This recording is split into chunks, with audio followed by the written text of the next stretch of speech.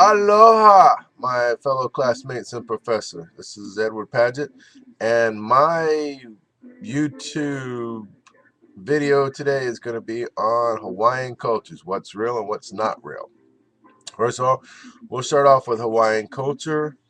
Um, Not sure how many of you know that the Hawaiian culture is made up of about 8 different um, cultures or uh, different peoples. I mean, we've got like the Hawaiian people, we've got like the people from New Zealand, Samoa, Tahiti, Tonga, Fiji, the Marquesas, and even Rapa Nui, which is Easter Island. They mix and they interact and they seem to get along well. I mean, you're going to have culture clashes, of course, without a problem, but on the most part, they all seem to get along well. There's a Polynesian Culture Center. On the island of Oahu, which has villages set up for each of these different cultures, and they do performance. It's like a non-profit organization. Um, so, of course, they got to charge you money for souvenirs and things like that. But they give a history of each of their cultures, um, like through dance and through food and through interactive activities and stuff. Um, So, it's just there's a lot to take in there when it comes to that. But my main topic here is to discuss different things, like hula dancing for one. The hula dancing culture, there really is no definitive date of when it started. I mean, this has been going on for years and years and years and years and years before any type of um, recording of other Hawaiian history started. It was done as a dance for like probably between the gods and the goddesses did it. So and it was passed down to the Hawaiian people to continue on. Um, they did it to tell stories, and that's the way it's still passed down today. When you see a hula, it's usually telling a story of something that happened in the ancient times, something that a lot of cultures, other cultures, especially here in the United States, don't do. They don't usually pass those stories down. They would prefer to just evolve and move into the new century, the new times. But Hawaii, when you see a hula going, it's telling a story, usually of how Hawaii came about, or how the cultures came about, or certain things happened. Um, and believe it or not, one big myth is that they do it in grass skirts and coconut bras. No, they don't. That was a Hollywood thing. Um, they don't use a grass skirt. They don't use coconut bras. They don't do that kind of stuff. That's again a Hollywood thing. Hollywood created. Yes, they may still do it on the islands because it's something that they know that the tourists want to see. But usually they'll do it in like a sarong, which is like the long skirt um, that they wear.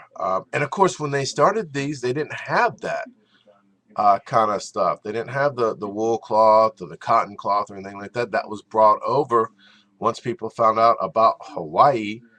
Um, that was brought over. But believe it or not, guys and girls, um, the hula was at one point in time banned. It was against the kapu, which is their laws and traditions. Um, there was a king, King Kuawa, I hope I'm saying that right, who passed away. And after his death, um, they um, they got rid of the kapu, which was their laws. Um, and there was no um, I'm sorry, it's not Kappa Kahula, it's Kamehameha, who died in like 1819. When he died away, they did away with the Kapu, and there were no strict laws and things there. When they got away with it, they did away with hula and a lot of the other customs that they had. So that being said, I mean, for the longest time, there was no hula. There was no anything like that. It was gone.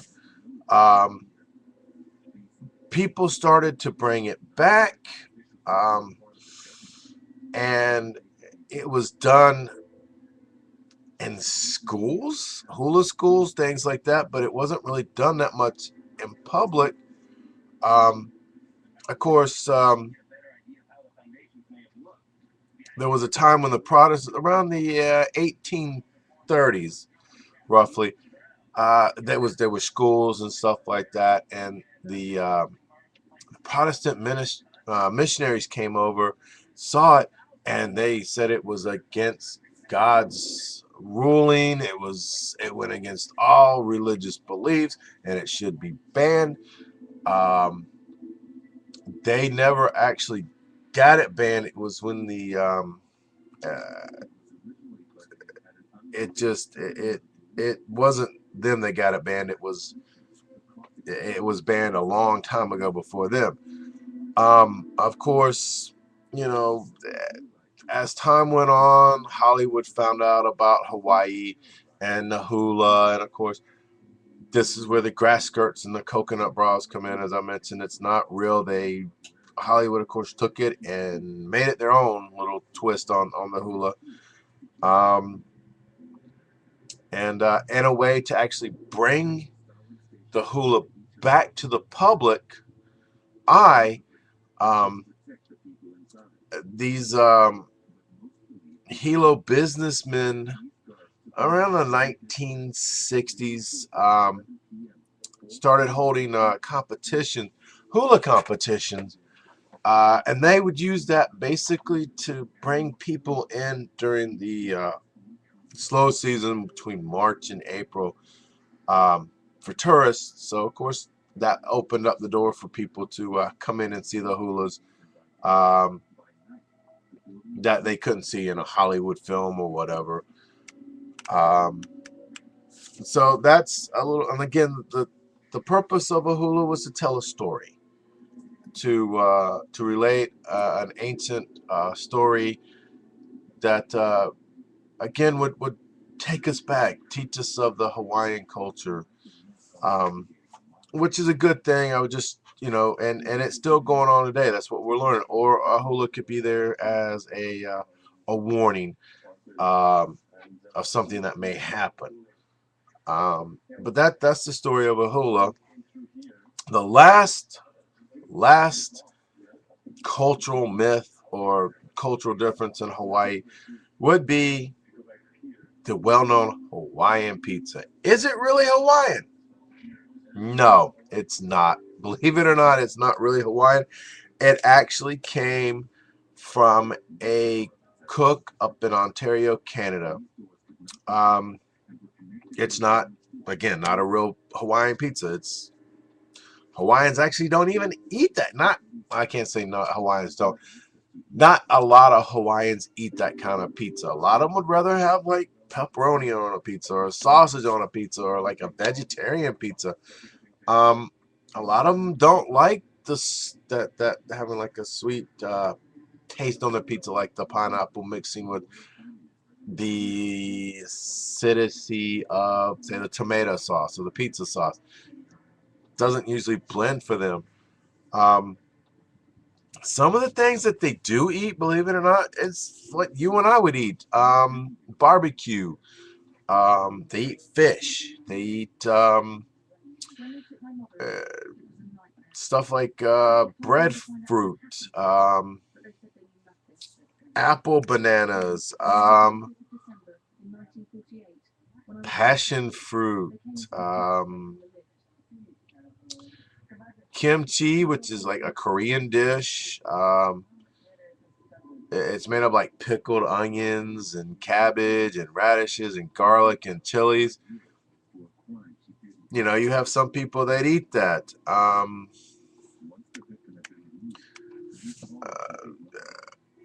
Papaya. There's like sausage. Of course, shaved ice and smoothies and stuff like that. I mean, they're really no different than we are. Mahi mahi is a big fish over there. They are really no different in their eating style than we are. But when it comes to pizza, Hawaiian pizza is not the real pizza from Hawaii.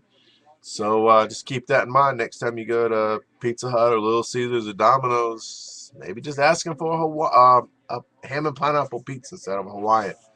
Um, but anyway, that's the video. That's my story. I'm sticking to it. I hope that you all enjoyed it. And remember, you know, don't believe everything you see or hear. Do a little research into it. And you can find the truth behind it all. So I hope you enjoyed your Hawaiian pizza today, bros. And I hope you enjoyed your little tour of Hawaiian culture. And I hope to see you all again in class. Take care now.